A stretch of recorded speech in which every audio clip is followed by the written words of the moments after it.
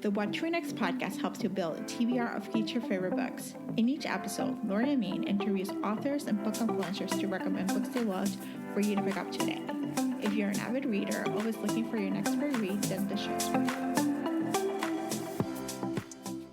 Hi, Susan. Welcome to What to Read Next podcast. Thank you so much for having me. I'm excited to be here and have a new book to talk about. Oh, I'm so excited to have you here. So tell us a little bit about yourself. I started writing before I could read or even talk, because what I would do, and I have evidence of this because my dear old mom saved my work, I would scribble on paper and just talk to her and babble and tell her, write this down, starting at the age of 2.5. And all through my childhood, I wrote stories. And so I'm a lifelong writer. But for your listeners, people come to writing at any time of life, as kids, while in school, after retirement, anytime. And that's one of the great things about a writing career. But I was a very early bloomer. And I sold my first book in 1986. And I think I was about 26 or 27 years old. And I published a book, sometimes more than one, every year since then. So it's been a busy and very fulfilling career, mainly because of people like you, because I'm such a reader. The only thing that I like better than writing is reading a book. And so it's perfect for me. I get the best of both worlds. Yes. And I went to school this is for maybe curious people or interested aspiring writers. I went to school and became a teacher because, as any writer will tell you, nobody pays you to be an aspiring writer. I had a teaching career and transitioned to a full-time writer about 25, 30 years ago. So how does your full-time writing looks like now, as opposed when you were starting out, which probably might be similar, might be different? It really does look like a job with nobody to supervise me except my dogs. But I definitely put in the hours. That's one of my tenets is put in the hours, and don't expect somebody to do your work for you. And so I probably work a regular 40-hour work week, sometimes 60 when it's crunch time and I'm on deadline. And it's very fulfilling, though, because I love the creativity of it. I love meeting readers. I love talking about books. So it's been very fulfilling, and I'm grateful for that. So I'm gonna ask the question, because you mentioned a fun fact about yourself is you live in an island and you get to use a boat as well as the car. And your island, most people use the library. Talk to us about, like, how did you land in this place? This what seems to be a magical place. Yeah, it's great. It's very obscure. It's a little bitty island in Puget Sound near Seattle. So if you're familiar with Grey's Anatomy, which I assume we all are, Yeah. the opening shots always show a ferry. That's the Bainbridge Island ferry.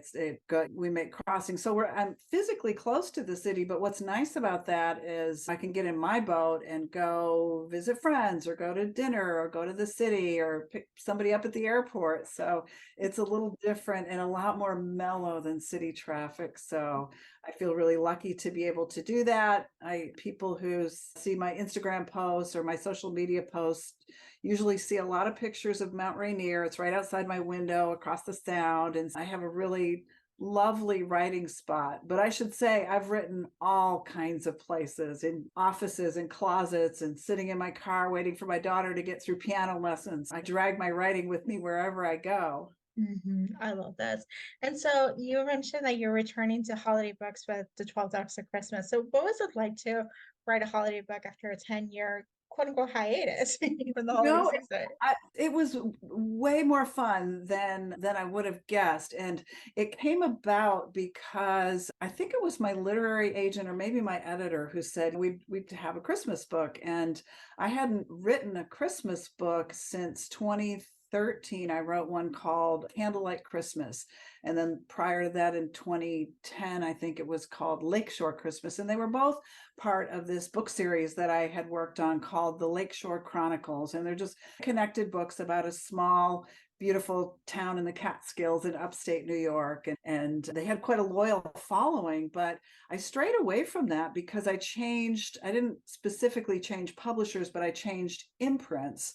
And when I was writing for the William Morrow imprint, they were standalone books. And so it didn't cross my mind to do then when it came into focus. Oh my gosh, I got to write a Christmas book. Then I realized that I could give it as a gift to my loyal Lakeshore Chronicles readers and have it be set there. But it's definitely also a road book. And I had not done one of those in quite a while. Two women driving, there's no end of things that can happen, especially when they're driving from Texas to this small snowy town in the Christmas season with a van load of rescue dogs. That's where the 12 dogs comes from. And yeah, my main character, Brenda, in any Christmas book, you always need that person who's Scroogey and jaded about the holiday. And that's Brenda. She had a really rough, awful breakup over Christmas. And it's not a spoiler because you'll see it when you read the prologue to the book, but she's just done with Christmas. She's ready to escape. She wants to go where nobody knows her. And it's just a clean slate just to get away from the holidays. And so she ends up transporting a van of rescue dogs from the shelter in Texas to their new homes in this small snowy town. And as you can imagine, things don't go as planned. There's that it involves a pretty serious mishap and a hunky EMT who rescues her, and we take it from there. And instead of escaping Christmas, she finds herself in this town that like lives and breathes Christmas. It's one of those towns, everybody probably has one near you, where you go to see the lights, you go to see the snow, you go to see the ice sculpture contest by the lakeshore. And so suddenly she's surrounded, and she has to dig deep and look at where she is in her life, and did she make some good choices, and is she really following her dream? Because ultimately, isn't every story that I write has a love story in it, but it's also a story about finding your true authentic self. And Brenda in this book definitely is on that path. And I hope that the choices that she makes through the book and to the end will surprise and delight readers. Oh, I'm very excited. So tell us, like, for readers who have read The 12 Days of Christmas and may have gone back to the earlier Christmas books, maybe they're looking for other seasons like spring or summer. What kind of books from your backlist would you recommend them to pick up next? Definitely, if they did enjoy the 12 Dogs of Christmas, then they can go back and access all of the Lakeshore Chronicles books. They're still in print. They actually have some lovely new editions of them that they've been releasing every few months. And the very first one that started it all was called Summer at Willow Lake.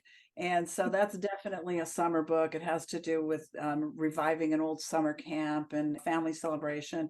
And I think that one that's, I call it the gateway drug, the one that gets you into this world and invites you to read the next 11 books in the series. Now 12. I've got an even dozen now. I love this. It'll keep you entertained. You can read one book a month and it'll be a whole year. You'll have a Susan Thank Wicks you. I'm year. going to remember that. Yes, I appreciate that. There we go. So I love this. So let's talk about reading life. You mentioned you love reading just as much as you love writing. What kind of books do you tend to read? I'm always drawn to women's fiction. I just call it fiction Yeah. because it's a little slippery to figure out, is this for a woman or is this for a man? But what I mean is it's a book about living, breathing person. I have enjoyed fantasy in the past, but lately I seem to gravitate towards, I guess I call them problem and resolution books in a really dramatic way. I love a page turner. I do like thrillers, really just bestsellers. Yeah. I'm really drawn to. And there's another Christmas book out from a friend of mine called The 12 Months of Christmas. So we've been trading things back and forth on social media about that. I do love love a Christmas book. I read one called Bright Lights Big Christmas by Mary Kay Andrews. And so as we get into the holiday season, I'm sure I will pile my nightstand with those. But I do, and then I read a lot for work, really a lot, because my books always have something that I'm curious about and need to learn about, whether it's dog rescue or, I don't know, any starting a bakery or placing a child for adoption, things like that. So I read a lot of nonfiction just to inform myself so that my books have the ring of truth. That's a really smart way to look at it, to explore, satiate that little analytical curiosity and do nonfiction, but then still enjoying some of the fiction, whether it's your friends or whether it's like just bestsellers or page turners and just a little bit of everything. So that keeps like diverse reading. Mhm. Susan, tell us where you can find you online. Oh, Yeah. it's very easy. SusanWiggs.com.